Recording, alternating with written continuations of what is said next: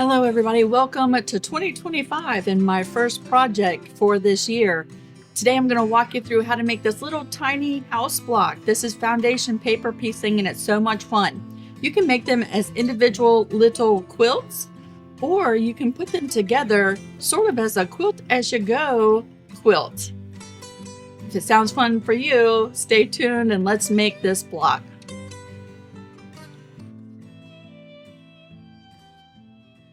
So as we get started, you'll notice one page that has 4 foundations that make up this tiny house block. We're going to go ahead and cut out each one of these foundations directly on the outside line of each one of them.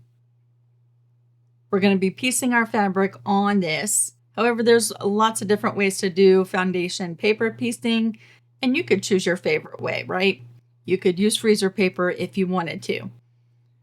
You'll also find in the pattern some little templates that you can cut out to pre-cut your fabric pieces. And I find that I waste a lot less fabric if I go ahead and use these little templates and pre-cut my fabric. But this block is small.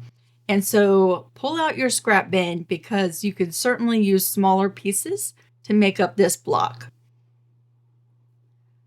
So if you look at the map of the templates, you'll notice that it is broken down, and this is where each one of the different sections of the house will be situated. And there are letters on the templates that you'll use to pre-cut your fabrics. And you can use this template map to figure out which templates you're using for the foundation you're sewing on. So I've pulled A, B, and C templates, and we're going to go ahead and cut some fabric for the very top foundation. And I find it really helpful to just go ahead and write with a pen the letter of each template I'm using within each one of the different sections, just like this. When using the templates, you're going to want to make sure that your fabric, the right side is facing down.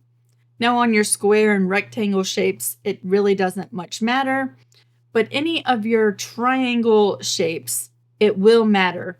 So try to get in a good habit of putting that fabric with the right side facing down when using the templates. So for each one of the different 4 sections, I'm just going to go through and cut all of my fabrics and get them ready, so I can just start sewing. Some people like to just forego using the templates altogether and just work from larger pieces of fabric, and that's certainly an option too, right? We all sort of develop our preferences when it comes to paper piecing for sure. So here are my pieces, and I'm ready to start sewing this very top foundation. Each one of the different sections is numbered. So in the very first position, we're going to get started. Let's zoom in just a little bit closer so you can see.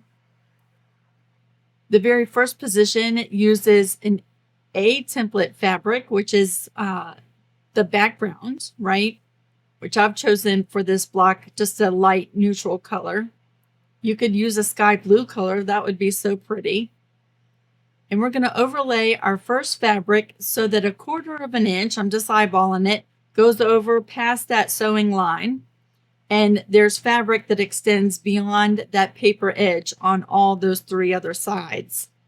We'll bring in our next fabric and line those up, and we're going to bring this over to the sewing machine. Now I'm sewing through my paper, so I've lowered my stitch length to a 1.0. If you're using freezer paper, you'll be sewing next to the folded edge, right? And you'll be able to reuse your foundations over and over again. I do have videos from a few years back showing that method of paper piecing if you're interested and you haven't heard about that yet. But for this tiny block, I'm actually sewing through the paper directly right on the line. So here we are. I'm going to fold back that paper edge and just make sure to trim any extra fabric, just leaving 1/4 inch. For that, I'm just using my add 1/4 inch ruler. Now we can fold over the second fabric, and I'm going to just finger press that. And I do have my iron next to me. I'm going to go ahead and just give that seam a press. Now I want you to see here, using the light pad and flipping to the paper side, there's a lot of extra fabric, right? Because I've given you a whole half an inch extra all the way around each fabric piece. So I'm going to just use my add a 1/4 inch ruler and trim, leaving that 1/4 inch seam now so that we can line up the C fabric really easily. Trimming away that extra fabric makes it really easy. We can just line up the raw edges of our pieces, right? And bring that over to the sewing machine. So we know that that piece, when flipped over the C piece of fabric, it'll cover that entire section where it's supposed to cover. We're going to sew directly on that line. I gave that seam a press, and now we're going to fold over the paper edge and trim the C fabric, leaving a 1/4 inch. We'll bring in the next piece, and that goes right side facing down, aligned to the raw edge, and we're sewing through that seam.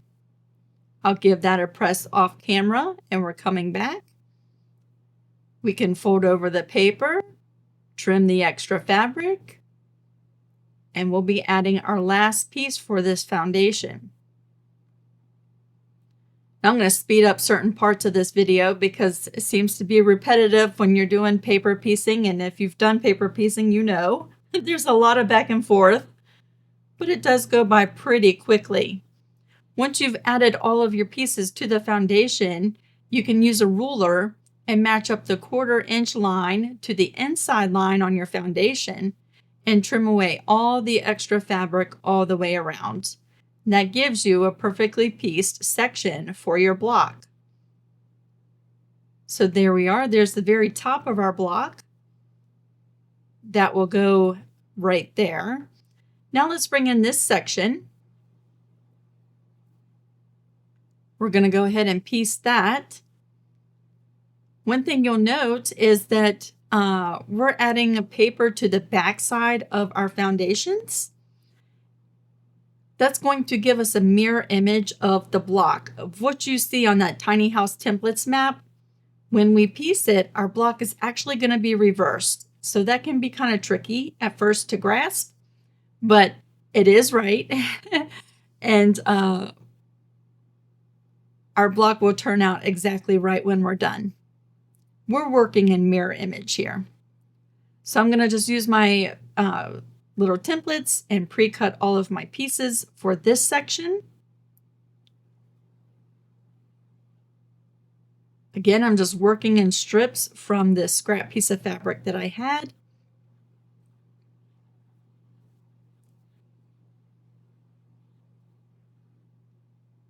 Going through and getting each one of these fabrics ready to go. So in this one, we're going to be starting over here in section 1, and we'll be adding the pieces in that order. The first piece for this block, I'm going to add just a smidgen of glue right in position number 1. And because this block is on a smaller scale, instead of gluing each section as I flip the fabrics over, I'm just going to go ahead and just press that seam. That'll make removing the paper a lot easier. That small little bit of glue in the first position really isn't that much, and the fabric usually releases off of the paper pretty easily. So we will line up the second fabric for this foundation. Again, trimming away the extra fabric before adding the next piece really does make it a lot easier to line everything up. You'll notice that when I'm sewing on the line of my foundations, I start off the edge of the paper and sew all the way off the edge of the paper at the end of the seam. And when I come back, I've already pressed this seam off camera and we're ready to fold over the foundation and add the next piece, right? We'll trim and add the next piece. you'll find you get in a rhythm, right? Especially if you have your work area set up to where you are adding your piece, trimming, sewing, and pressing all right there. You find that you get in a groove, and this does go by pretty quickly. I found paper piecing really tricky back when I started doing it, right? I found it a little tricky. But after doing it for so long, you just kind of get in your own rhythm and it goes by pretty quick. And I love paper piecing because this little block is pretty small and we are able to accurately piece without worrying so much about that tricky 1/4 inch seam allowance, right? So there we go. We've added all the pieces for this foundation and we're ready to go ahead and trim up all that extra fabric. And I do like giving a little bit of an excess of extra fabric on my templates, right? A whole 1/2 inch all the way around. But it just seems like it's a lot easier, especially if you're just learning paper piecing, to have that extra wiggle room. So here you can see that my block is turning out in mirror image, right? That is correct. We can move down towards the bottom of the house, and I'm just going to go ahead and pre-cut all of those fabrics using my templates.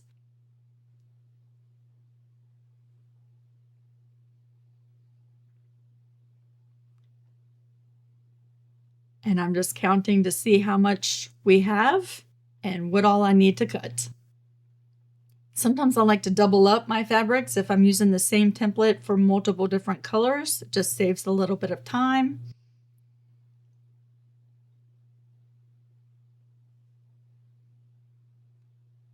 And whenever I can, I use scraps from my little scrap pile that I've collected off to the side.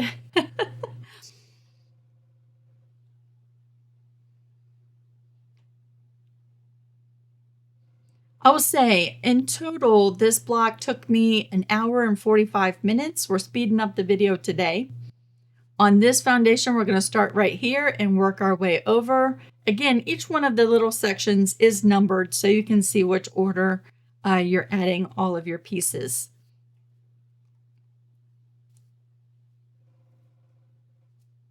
But it took me a total of 1 hour and 45 minutes, and that's because I was really taking my time. I had some music on and enjoying the whole process, enjoying this block, and also thinking about what I needed to do for the video, right?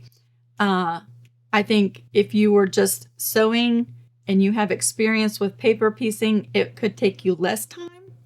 And that does include quilting this block, right? 1 hour and 45 minutes. So I don't think that that is horribly bad, right? That's not that long. On sections like this, where we're sewing within that block, right? We're not sewing off the paper edge. I like to start about 1 stitch before and go 1 stitch beyond the lines, right? And that's just me.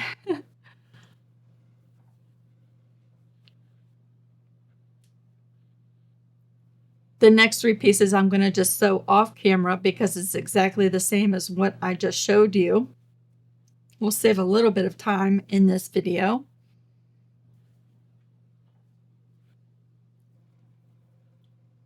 So we'll come back. I'm going to add my 3rd fabric for this foundation. I'll go sew that off camera and come back. And I've already pressed my seam. I just want to note that as I'm editing this video, the pink polka dotted fabric really plays tricks with my camera, so you're going to see some little flashes. I wish I knew a way to prevent that, but as tech savvy as I am, I have not figured that out yet. We're going to go ahead and add the 4th fabric.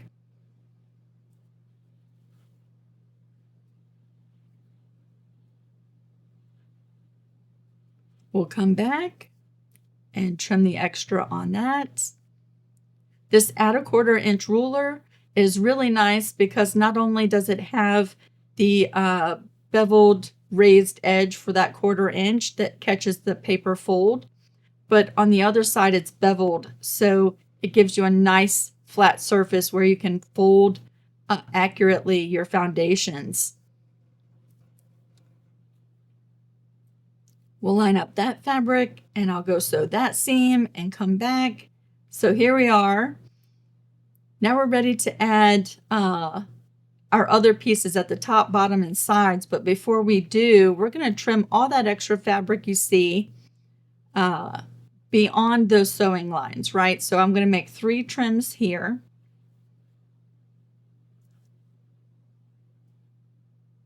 Using that beveled edge, I'm just going to fold that paper foundation over and trim on this side.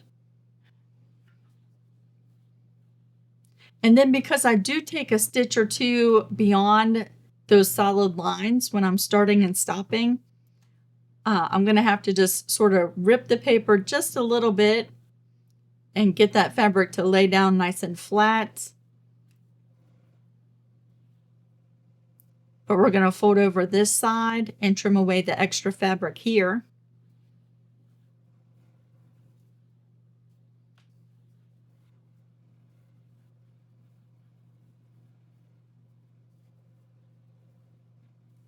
And although that's not a terribly large amount of extra fabric, right?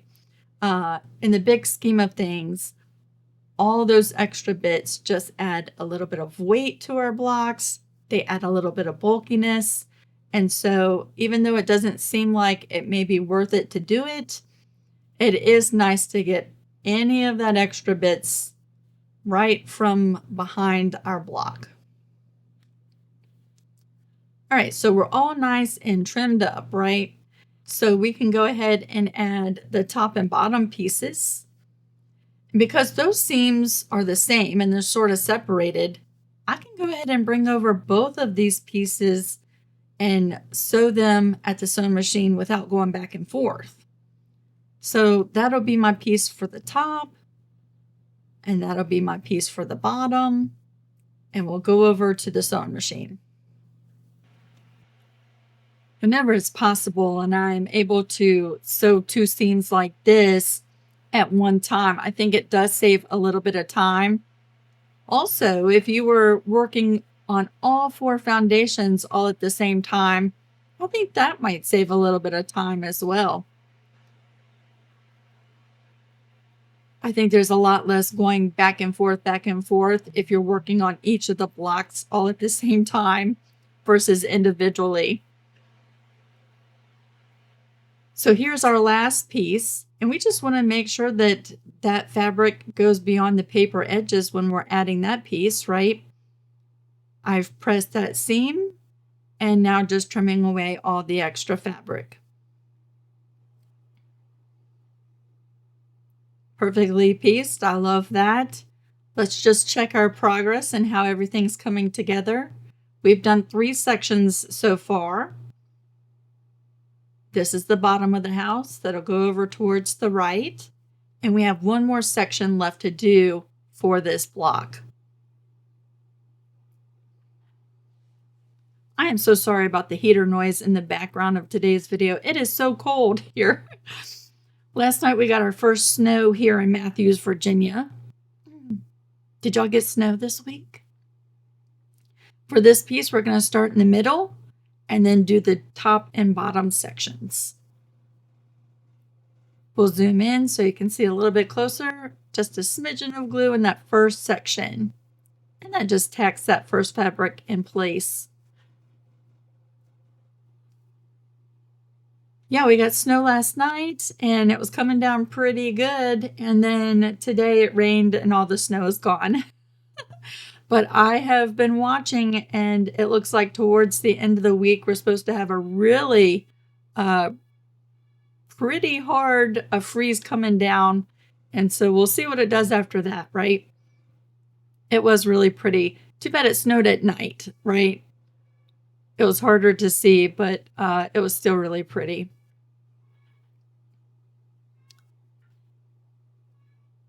So yeah, I've had my heater on today, just trying to stay warm here in my studio. It is pretty chilly in here.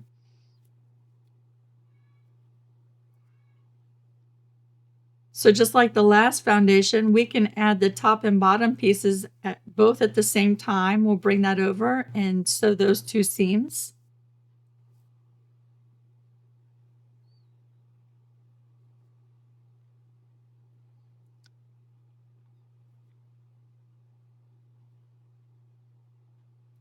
Just going right through, sewing directly on those lines,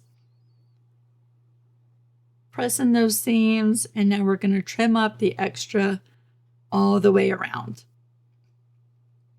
Now you have a choice. You could remove the paper now if you want, or you can leave the paper on and piece these 4 sections together using that 1/4 inch line as your sewing line, and that's what I'll do today. So these come together just like this in these 2 groups right here. And with the paper on, I don't have to set a 1/4 inch seam allowance. However, I will say, I love paper piecing because it's so accurate, but do you see how this open toe foot, I'm having a hard time sewing straight these sections together. See how they just want to kind of slide over? And so even though paper piecing is extremely accurate, and I love it for that reason, because my open toe foot, I did not sew it exactly straight, and my pieces towards the top of this block do not line up perfectly, and I'm blaming it on my open toe foot. And that's my story, and I'm sticking to it. You'll see, though, that when I press these sections, and I'm going to remove the paper from the seam allowance before I press them, but you'll see they don't exactly line up perfectly. I'm going to press these seams open, which is pretty easy. There's a couple of seams that come together in those triangle points, which are a little bit on the thicker side, but I'm going to go ahead and press it open and remove the paper from the other seam and press that seam open too. Now, I should have switched my open toe foot to my regular foot when piecing these sections together. You'll see the little, the chimney up at the top, the left chimney, that seam doesn't match exactly well. And that's because of this open toe foot right here. It's just too slippery. It doesn't grip the paper very well. And I don't know what my camera was doing here, but it was so bright. I wish I would have looked over and noticed that as I was sewing so I could have changed it, but we're going to remove that paper from the seam, open up that seam right there, and I'm going to just give that a press. But isn't she so lovely? She is so pretty. At this point, I'm going to just take my little pokey tool, which I got from the Dollar Tree, y'all. It's just a vinyl weeder, you know. I'm just going to go through and pick out all these little pieces of paper. Because I didn't glue each piece individually, they just sort of really pop out of there, right? So there is our block, right? You could put lots of these blocks together and make a little quilt with them. Wouldn't that be so cute? But for this tiny house block, I'm going to add little borders. And I'm going to add my borders to the right and left first. The right and left have a little bit more seams to deal with, right? And I'm just making sure that my seams are laying flat as I add my borders on the right and the left. Now I'm making this into a quilt as you go block. So when I add my next set of borders, I'm going to do something a little bit different. And if you've been watching my channel in the recent last month or so, you've seen what I've been doing as far as leaving an opening for turning my projects right side out. We're going to press these 2 borders over to the side. See how I'm just pushing that over towards the side like that? That's how I'm going to press these seams towards the border. And then I'm going to take my ruler and my cutter and just trim up and square up the extra little border fabric before we move on. Now the next set of borders, we're going to add one here at the bottom, and that seam I'm going to sew all the way from edge to edge, but right here in that sky area, I'm going to leave an opening. So I'm going to start sewing off the edge, and I'm going to come over past the seam of the chimney, and I'm going to do a couple back stitches and cut my thread. Adding this border right here and making this little jump, this is where the opening is going to be to turn this block right side out. And doing the back stitch at the start and stop of that little jump will ensure that those stitches don't pull out, right? And now I can just finish sewing off the edge. This little tiny border all the way around the block, when the project is done, it's going to finish so thin, it's going to finish at about 1/4 of an inch. It looks like a little faux binding on this block. It is so adorable. Now this side I'm just going to sew just normal from edge to edge like we would normally do. Now here's my opening. I'm going to take a little bit of glue stick before I press this, right? And just add a little bit of glue right along the edge. And then with my hands and my fingers, I'm going to fold over that border like we're pressing it. I'm going to finger press it and just make sure that that fold is nice and straight, nice and even. And the glue's just going to tack it in place so we can go press that, right? Now I'm going to go press this with a good hot iron. The glue is nice and dry once I do that. But check this out. This is where my opening will be for my little block, right there. So let me trim up the extra fabric from these two borders.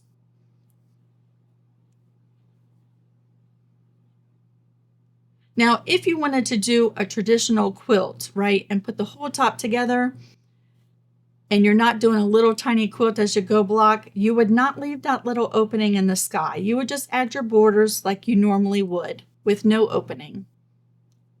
Now to finish this block, I'm going to bring in some batting. Today I'm using Warm and Natural. I'm going to bring in my back fabric and lay that over top with the right side facing up. And I'm going to turn my block with the right side facing down and just center everything. I'm going to use a few little pins just to anchor everything in place so there's no shifting. And we're going to bring this over to the sewing machine. And now we don't have to worry about leaving an opening. I'm going to sew off the edge all the way around all 4 sides. I did lower my stitch length to a 2.0 so the stitches are nice and tight, right? Depending on your batting and your fabric, you might not be able to go that low, like a 2.4 maybe. Once I'm done sewing all the way around, I'm going to trim my corners and then trim a little bit of the extra batting beyond that seam. And now we can reach right in that opening and turn this block right side out.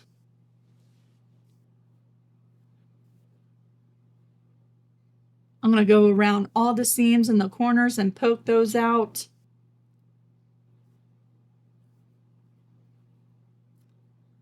There's a little opening towards the top, right? I can use a little chopstick to go in and poke out those corners just a little bit more. And then off camera, I'm going to go ahead and give this a press. But before I do, I like to add just a little bit of glue in that opening, and then I give it a press. Now we're going to bring it back to the sewing machine. And the first thing I like to do is a straight stitch right inside that border all the way around. And that anchors the whole block and it sews together permanently the little opening in the sky.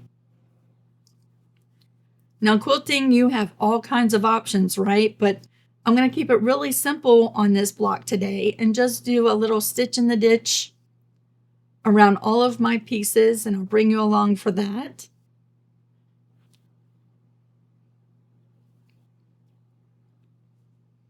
Super simple straight lines.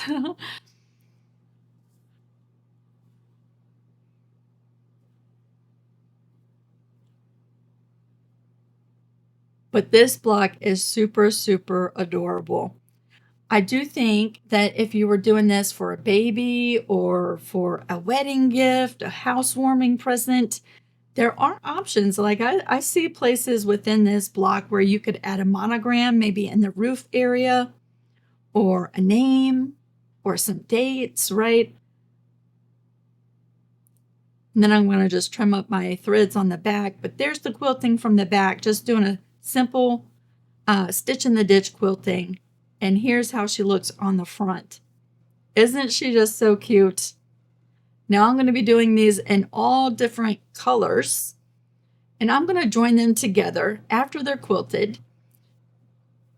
And there's several different stitches that you could use in your sewing machine to do that.